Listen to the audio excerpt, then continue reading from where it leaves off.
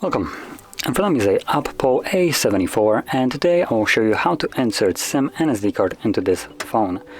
Now, to get started, we will need a little SIM ejector that comes provided with the device in a box to pop out the tray, which is located on the upper left side of the device, so right over here.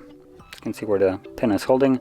So from here all you need to do is push the pin in, the tray will pop out, and once you take out the tray you will have space for two different SIM cards and one SD card.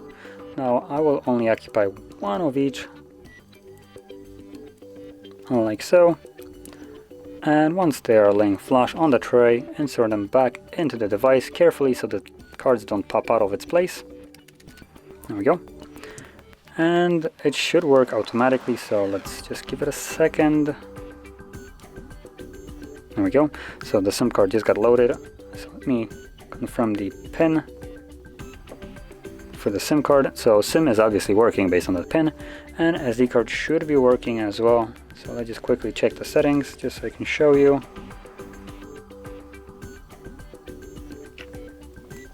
And there's the SD card.